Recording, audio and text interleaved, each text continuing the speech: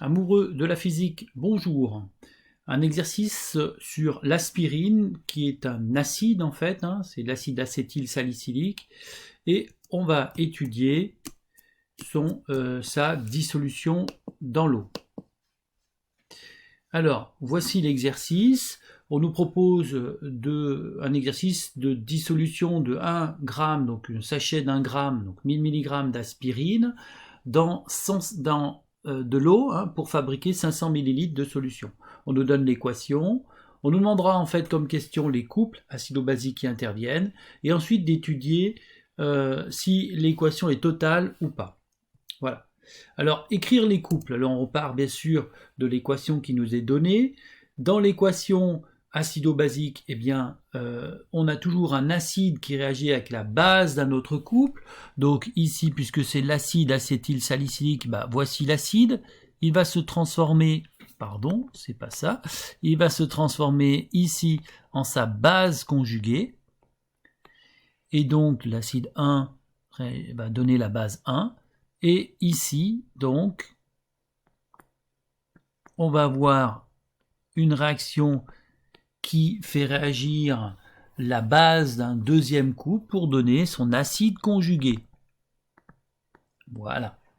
Et donc, dans ce couple, l'acide salicylique, l'aspirine, acétylsalicylique, l'aspirine, c'est C9H8O4. Ça donne comme base conjuguée C9H7O4-.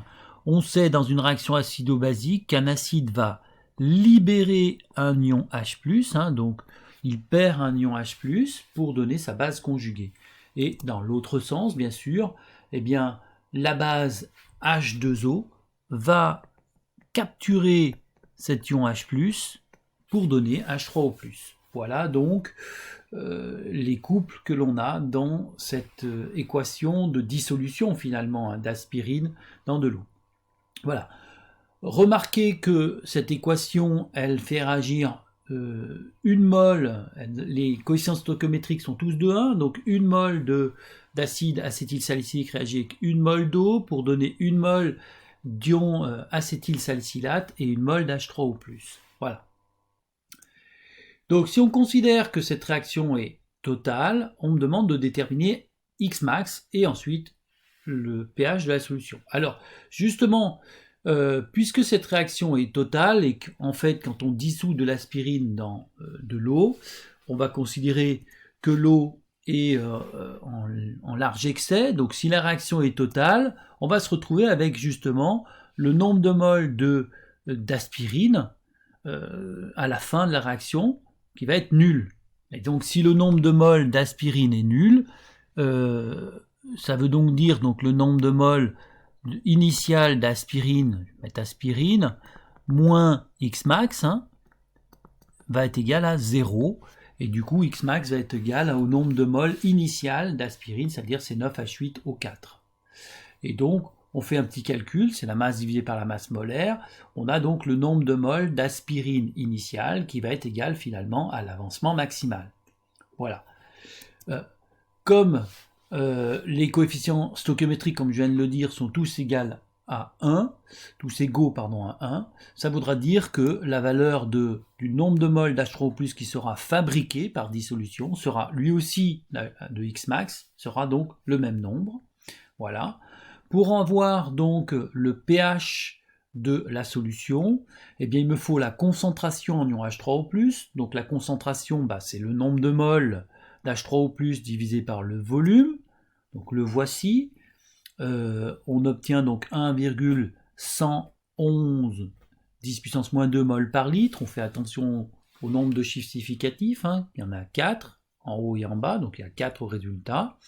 Ensuite, pour avoir le pH, on sait que la formule qui lie le pH à la concentration en ion H3O+, c'est pH égale moins log de la concentration en ion H3O+, divisé par C0, qui est la valeur de concentration de référence, et on obtient le pH de 2,0. Voilà. Si la réaction est totale, le pH sera de 2,0. On nous dit en troisième question qu'en fait, le pH est de 2,9. Donc on peut déjà avoir en idée, s'il est de 2,9 alors qu'il aurait dû être de 2,0, ça veut donc dire probablement la réaction ne sera pas totale. Donc on va calculer justement la valeur de l'avancement final que l'on a en réalité, puisque le pH est de 2,9.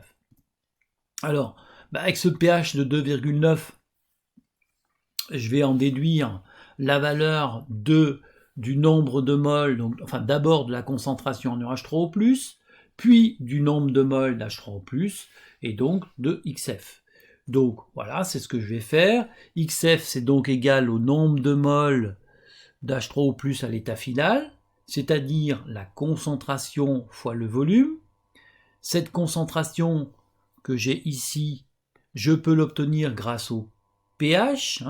La concentration est égale à 10 puissance moins pH. D'accord? Alors, fois C0 qui est de 1. Voilà.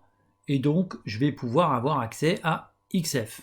En remplaçant, j'obtiens XF égale 6,3 10 puissance moins 4. Et 6,3 10 puissance moins 4, c'est inférieur à la valeur de Xmax que j'ai calculée tout à l'heure.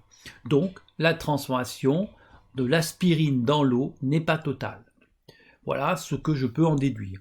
Bon, c'est du domaine du bon sens. Si vous mettez de l'aspirine dans l'eau, vous aurez beau remuer, vous apercevrez qu'en fait, ça se dissout très très mal. C'est ce que l'on est en train de voir dans cet exercice-là. En fait, on aura toujours de l'aspirine qui va être sous forme de poudre. C'est pour ça qu'on demande en fait d'agiter rapidement et de boire tout de suite, parce que sinon l'aspirine retombe au fond. Voilà, j'espère que ce petit exercice vous aura aidé un petit peu. Et moi, je vous dis à bientôt et à un prochain exercice. Au revoir.